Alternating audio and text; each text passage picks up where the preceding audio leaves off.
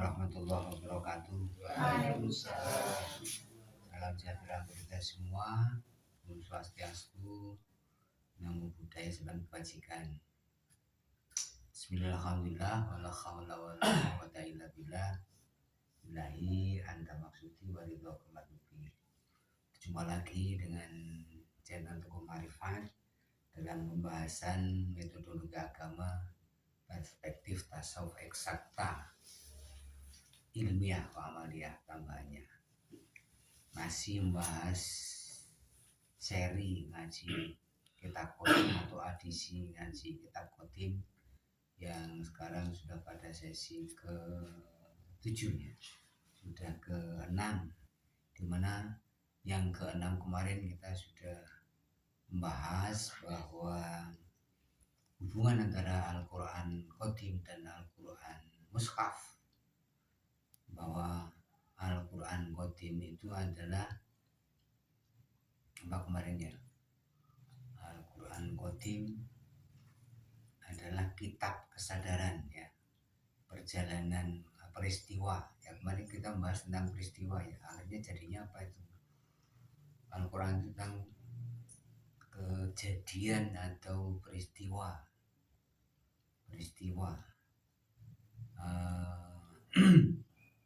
yang di antara kitab Qadim dan kitab baru, kejadian apa ya, keadaan yang terjadi. Karena kalau kita bicara peristiwa itu konotasinya negatif, begitupun kalau dibilang kejadian, pada itu bukan tentang apa namanya, bukan tentang literasi atau narasi. Jadi kitab Qadim adalah kitab perjalanan atau kitab keadaan yang terjadi ya, yang itu diberitakan. Jadi keadaan yang terjadi atau kejadian yang diberitakan, atau keadaan yang terjadi yang diberitakan. Dan Al-Quran Mushaf itu adalah berita dari Qadim. Jadi beritanya ada di Quran Mushaf, tapi keadaan kejadiannya atau yang terjadi ada di kitab Qadim. Qadim adalah baku mutlak dan kekal. Kemudian ringkasnya bahasa lain Qadim, kitab Qadim adalah kitab kesadaran, yaitu kitab kesadaran. Kalau kesadaran masih abstrak, yang realnya apa? Karena itu mengenai manusia, bahwa hakikat manusia adalah kesadaran. Hakikat manusia ada kesadaran akal, kesadaran kolbu, kesadaran ruh yang akan kita bicarakan nanti. Nah, kesadaran itu pun masih abstrak, masih apa ya istilahnya, masih fata morgana, masih abstrak lah, belum real. Karena itu mengenai perjalanan kesadaran. Nah, konkretnya apa? Ya kepribadian, perjalanan kepribadian. Tapi di dalamnya adalah kesadaran. Itulah kita Qadim.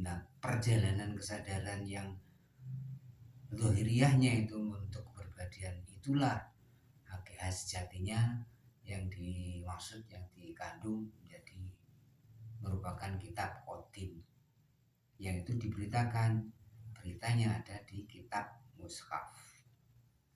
Jadi beritanya ada jadi membaca kitab Mushaf mesti berdampingan dengan kitab Qadim. Demikian juga kitab Qadim hanya bisa dibaca kitab Qadim itu bisa dibaca lewat kitab Mushaf ya, lewat kitab Mushaf. Tapi bukan bacaan yang persis seperti itu ya, karena yang direkam di dalam kitab Mushaf itu semua tentang kejadian, bukan tentang verbal atau kata-kata, bukan tentang deskripsi ya. Itu kemarin kita sudah bicarakan itu. Kemudian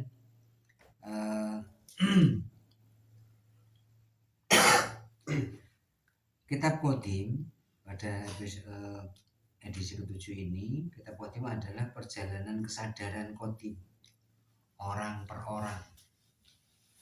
Perjalanan kesadaran Qadim orang per orang yang dialami orang per orang yang itu menjadi uswah bagi kita semua, para nabi dan para rasul. Tapi sejatinya itu merupakan totalitas kebulatan perjalanan kesadaran seorang orang per orang, hanya mengalami pengalaman yang mirip dengan Nabi Adam, mirip dengan Nabi Idris, atau justru mirip persis dengan Nabi Idris, persis Nabi Nuh, Nabi Isa, Nabi Musa dan lain sebagainya, sampai dengan Nabi Muhammad. Jadi perjalanan Nabi Muhammad yang itu mirip atau mengulang perjalanan Nabi Adam, mengulang perjalanan Nabi Ibrahim, mengulang perjalanan Nabi Isa, Nabi Musa dan seterusnya. Tapi sejatinya itu tentang seorang, perjalanan seorang. Hanya perjalanan seorang itu dari Nabi Adam ke Nabi Idris seolah terjadi peningkatan, terjadi kebangkitan. Dan perjalanan yang mulai kebangkitan dari sederhana sampai dengan sempurna. Kalau begitu, apa yang digambarkan dalam kitab mushaf yang itu adalah di baliknya kitab mushaf adalah kitab qadim, adalah perjalanan kesadaran yang itu untuk kepribadian atau perjalanan pribadi karakter ya, personal ya, maksud saya itu bukan pribadi tentang orang ya, tapi ini karakter personal. Nah, mengalami kebangkitan dari sederhana sampai dengan sempurna. Nah, sehingga yang digambarkan dalam Quran mushaf itu adalah kejadian perjalanan kebangkitan ini. Makanya kata kebangkitan itu banyak sekali maknanya. Ada qiyamah, ada al-ba'su, ada al-haqqo, ada al-qari'ah, ada apalagi yang nafsul mutmainnah dan sebagainya, itu merupakan kebangkitan. Jadi seorang mengalami kebangkitan kesadaran berulang kali sehingga menjadi kesempurnaan kebangkitan untuk sampai kepada sempurna itu sendiri. Nanti di bagian lain setelah itu mudah-mudahan ada kesempatan ini kebangkitan yang mulai dari syariat, thariqah, hakikat, ma'rifat, dari seorang kebangkitan seperti itu. Bukan juga kebangkitan dari kebangkitan kesadaran atau kualitas kesadaran dari Islam, iman, ihsan, sa'ah, ini kebangkitan ya. Nah, mengalami berulang kali kebangkitan. Nah, kenapa disebut kebangkitan? Jangankan mengalami kesadaran. Jadi kalau perjalanan biologis manusia saja, kalau nanti dilihat dari surat Hajj ya, sekitar ayat 5 itu, ayat 5. Itu Allah menegaskan, bahkan bertanya atau mempertanyakanlah kalau misalnya langsung. Wahai para manusia, in kuntum fi raibin minal ba'atsi, jika kalian semua ragu tentang kebangkitan, fa inna khalaqnakum min nutfatin. Aku kalau tanah itu apa namanya?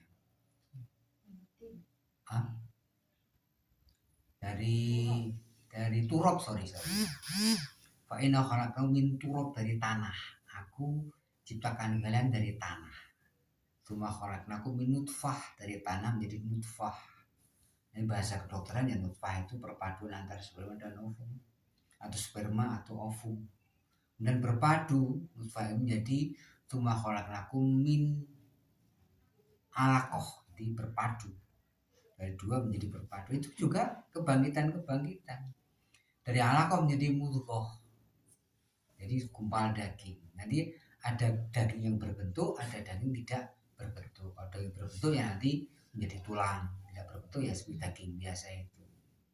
Tsumma khalaqakum min mudghatin mukhallaqatin wa ghairi mukhallaqatin, tadi berbentuk dan tidak berbentuk. Kemudian itu di dalam rahim, wa nuqiru fil arhami ila ajalin musamma, kami tempatkan dalam rahim sampai batas waktu tertentu, sampai 9 bulan 2 hari kalau dalam biologis atau kedokteran ya. Nah, sampai 9 itu juga dari turab, kemudian menjadi nutfah, kemudian menjadi bibit sperma atau kemudian menjadi alaqah berpadu dari nutfah dan itu sperma dan kandung telur berpadu menjadi alaqah berpendar lagi menjadi mudghah, jadi daging ada daging yang berbentuk, tidak berbentuk, yang berbentuk namanya tulang lengkap sudah menjadi kerangka dasar manusia. Ini kebangkitan. Ini juga belum kebangkitan. Karena judulnya adalah In kuntum fi raibin minal ba'tsi, jika kalian ragu tentang kebangkitan, toh. Jadi ini kebangkitan. Itu kebangkitan biologis. Ya. Kemudian sampai dengan 19 hari wa nuqiru fil arhami ila ajalin musamma, sampai batas waktu tertentu yang kita dalam catatan kedokteran ya 9 bulan 10 hari. Mata udun itu ya juga tidak disangkal oleh Allah. Nah, kemudian setelah itu summa nukhrijuhum tifla, kemudian keluar dari rahim menjadi bayi. Bangkit itu juga bangkit. Bayi. Kemudian summa litabluhu asyuddakum, kemudian diantarkan menjadi kedewasaan sampai dewasa. Bangkit jadi bayi menjadi dewasa. Kemudian setelah dewasa nanti menjadi wamingkuman yutawaffa, setelah itu diwafatkan. Ada sebagian wafat, ada sebagian pikun juga kebangkitan. Jadi kebangkitan itu kebangkitan semua itu. Ini udah kebangkitan secara biologis ya. Itu kebangkitan juga. Ini yang dibicarakan ini adalah itu sebagai kias ada kebangkitan kesadaran pun juga begitu, ada kebangkitan kesadaran ya, ada kebangkitan. Yang berbangkit bukan lagi pada biologisnya, tapi adalah pada kesadarannya. Apakah akal, rasa, dan ruh. Akal, kolbu, dan ruh. Ini kebangkitan. Karena kita akan mengajarkan yang diambilkan adalah kebangkitan akal, membangkitkan akal sekolah dari mulai SD, SMP, sampai S3 itu membangkitkan akal. Tapi membangkitkan kolbu ada prosesnya, cuma tidak serta-merta di desain, di definisi ya, secara schooling ada. Apalagi kebangkitan ruh, disadari juga tidak, dibentuk juga tidak. Bahkan ruh itulah yang akan harus bangkit kembali sampai dengan kesempurnaan yang maha. Nah, itu pun juga diragukan karena nanti dalam surat sekitar 40-50-an itu manusia bertanya dan mempertanyakan, apakah nanti ketika kamu menjadi tulang belulang kami akan dibangkit kembali menjadi makhluk baru? Mereka kan kebangkitan. Dari tulang belulang makhluk baru. Ya, itu juga kebangkitan kholqon akhar. Cuma kebangkitan dalam kesadaran yang ini, kebangkitan roh di sini kita nggak begitu dibahas, nggak begitu diperdulikan. Tapi kalau kita menengok di Cina sana ada namanya reinkarnasi. Memang di Quran nggak ada reinkarnasi, tapi keadaan yang terjadi semodel reinkarnasi ada itu tadi. Kebangkitan ya. Kholqon, jadi makhluk baru, berarti kan kebangkitan. Nah, maka dikatakan kunu hijaratan aw hadid. Jadi kalau rumus kebangkitan itu di surat Atin ya. Laqad khalaqnakum fi ahsani taqwim. Menciptakan manusia dengan seindah-indah atau sempurna perpaduan. Yaitu antara jasmani dan rohani. Antara akal, rasa dan ruh. Sempurna perpaduan. Sumarodatnahu asfala safilin, maka turunkan menjadi serendah-rendahnya. Jadi bisa makhluk rendah, bisa menjadi makhluk tinggi. Ilal ladzina amanu, colong beriman, yang iman tidak akan turun ke bawah kalau begitu. Meskipun tadi katakan kunu hijaratan hadid, jadilah kamu menjadi batu atau besi. Ya. Au khalqan mimma yakburu fi sudurikum. Ya. Atau menjadi makhluk yang lebih besar dari itu menurut kesadaran sudurikum ya. Sudurikum kan dada ya. Dada lagi. Sudurikum dia ada pikiran di situ. Padahal sudur itu secara bahasa jamak dari sodrun. Ya. luas visu durinas, itu nanti terjemahkan yang bisikan di dalam dadamu, ya itu kan suturikum, apa yang lebih besar dari itu. Jadi bukan turun menjadi batu dan besi, tapi naik yang lebih besar, makhluk yang lebih besar dari itu. Artinya bukan besar menjadi raksasa juga sih, besar kapasitasnya, besar kemampuannya, besar kesadarannya gitu. Karena ini semua serba dia. Ini kan kebangkitan, berarti ada semacam reinkarnasi. Cuma keberatan sebagai reinkarnasi ya kayaknya. Kejadian yang mirip reinkarnasi, maka tadi sebenarnya inilah kejadian atau keadaan yang terjadi. Jadi kalau diusut secara verbal, secara kamus ya memang nggak ada itu reinkarnasi. Tapi di ini adalah peristiwa, ya baru bisa sama ya.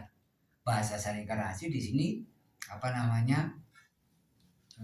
Kholqon jadi, ya bisa asfal saflin ilaladina aman. Nah, kebangkitan kesadaran. Nah, maka setiap manusia mengulang ribuan kali kebangkitan dalam hidupnya ini. Tadi dari turab, nutfah, alaqah, mudghah, kemudian menjadi bayi, kemudian menjadi dewasa, kemudian menjadi wafat, kemudian atau menjadi pikun, itu sudah kebangkitan biologis berapa kali. Jadi seperti itu. Belum kebangkitan nanti yang setiap hari, kalau seorang ibu yang melihat perkembangan anaknya nanti bisa apa lagi, bisa apa, itu kebangkitan terus. Nah, inilah kebangkitan yang ini Al-Quran Mushaf memberitakan tentang kebangkitan. Tapi ya, yang diberitakan adalah peristiwa atau keadaan yang terjadi, bukan sekedar kisah ya. Jadi harus bisa memotret di situ, yang maka harus diukur dengan ilmu, hasanah ilmunya. Oh, ada hasanah ilmu kedokteran, ada hasanah ilmu fisika, ada hasanah ilmu apalagi harus dibaca dari situ, bukan dibaca dari verbal, dari segi kamusnya. Kalau di kamus nggak masuk. Coba kemarin saya contohkan itu surat 51. Apa bahasa kita? Min waroin hijab. Tapi kan bahasa eksakta gampang. Yang hijab itu serba benda, serba materi.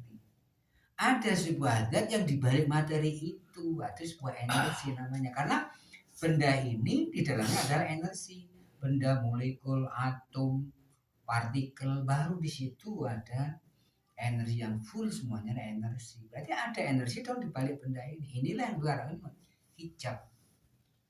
Maka kalau hijab ini benda, mineral hijab adalah meta benda. Kalau mineral hijab ini fisika, maka mineral hijab adalah metafisika. Kalau mineral hijab ini biologis, maka ada meta biologis. Bahasa apa lagi meta biologis, nggak ada lagi. Tapi peristiwanya adalah begitu ya. Inilah untuk membaca bahwa yang Quran Qadim memang ada di balik Quran Mushaf untuk bisa membaca, yang tidak serta-merta bahwa bisa membaca Quran Qadim. Walaupun nanti ada sebuah teknologi sampai kepada sang Qadim itu tidak dengan Al-Quran tapi dengan wasilah ya, dengan penghantar sehingga sampailah kepada sang Qadim atau sang Maha Qadim. Samping membaca dengan Mushaf, bisa membaca dengan cara wasilah, praktek wasilah. Ketemu wasilah baru bisa sampai kepada Quran Qadim. Ya, itu berbagai hal bagaimana nanti kita ngaji kitab Qadim. Jadi bukan sekedar kita ingin membaca dari segi mushaf saja, tapi mushaf itu harus bisa dibaca, dibandingkan atau diarahkan apa peristiwanya. Karena hakikatnya justru yang direkam dalam Quran adalah tentang peristiwa, bukan tentang redaksi ya, bukan tentang perpindahan kata. Peristiwa itu kemudian di-download menjadi sebuah penjabaran. Kemudian penjabaran itu karena dikatakan bisa representasi menjadi kata-kata menjadi huruf demi huruf. Sudah sekian kali di-download. Tapi aslinya ada Quran Qadim itu tidak berupa tulisan seperti itu, tapi ada sebuah gambaran kemudian dijabarkan oleh para nabi, oleh para pelaku diperagakan ya. Kemudian ya seperti yang saya katakan, bagaimana kita akan melihat gunung itu bisa meledak ketika diturunkan Al-Quran? Apa Quran yang itu kemudian gunung meledaknya seperti apa kan tidak? Maka harus dibaca di balik apa benda gunung ada sebuah energi, yang disitulah kita bisa membaca bagaimana bentuk ledakannya ya, ledakannya. Jadi cara membaca atau kira-kira disclaimernya, model membaca yang akan kita ajukan dalam ngaji Quran Mutim kira-kira bentuknya adalah seperti itu ya. Jadi kebangkitan demi kebangkitan. Nah nanti kita akan bicara lagi tentang kronologinya ya. Kalau tadi adalah hakikatnya adalah Quran itu adalah perjalanan kesadaran manusia atau orang per orang, atau perjalanan kesadaran yang diwujudkan menjadi kepribadian, karena kesadaran nggak bisa kalau tidak lewat didemonstrasikan atau diperagakan atau ditunjukkan dalam bentuk adegan wujud kepribadian. Jadi kepribadian juga adalah kepribadian yang berdasarkan daripada kesadaran. Hakikat manusia adalah kesadaran ya, akal, rasa dan ruh. Nanti kita akan bicara tentang kronologi perjalanan itu sendiri ya, kronologinya, urutannya ya.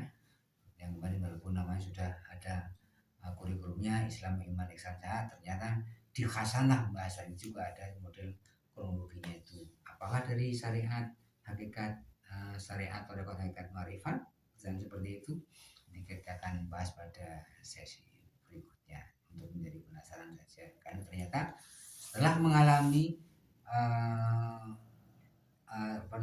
keadaan yang terjadi, ternyata tidak begitu juga, tidak sepanjang itu perjalanannya untuk sampai mencapai alam qadim, yaitu alam baku mutlak dan kekal, yang di situ adalah hanya ada energi yang bergetar dalam bentuk frekuensi dan vibrasi, merambat dalam bentuk gelombang. Jadi katanya kalau rasa, kalau ingin mengerti rasa semesta, kita harus berpikir dalam persepsi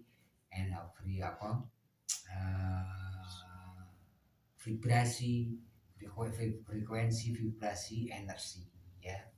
Vibrasi bisa kita tahu dengan gelombang ya, dalam bentuk vibrasi, frekuensi, energi ya. Energi yang memvibrasi, energi yang frekuensi, ujungnya adalah energi. Baru ini kan ketemu apa maha energi, sang maha energi itu sendiri sebagai, baru nanti kita akan tahu di situ tahu sebenarnya yang disebut dengan laisa kamitslihi syai'un, barangkali seperti itu, karena bentuknya bukan rupa atau suara ya. Kemudian untuk mungkin masih ada kesempatan lagi untuk sebagai prinsip dasar bagaimana kita ngaji kitab qadim, yaitu kita bisa kronologinya ya, kronologinya benar enggak hati syariat, tarekat, hakikat, marifat. Karena kita berhadapan awaluddin marifatullah, itu dapatnya di sini. Marifatullah itu di awal atau di akhir. Nanti setelah berani kita akan tahu ternyata oh enggak begitu cukup dengan satu langkah saja untuk bisa mencapai sama Hakotim, dengan catatan bisa ketemu wasilah, itu satu langkah sudah sampai kepada yang Maha Kotim, tentunya dengan melalui proses yang namanya hijrah dan jihad ya. Inilah yang termaksudi. Assalamualaikum warahmatullahi wabarakatuh.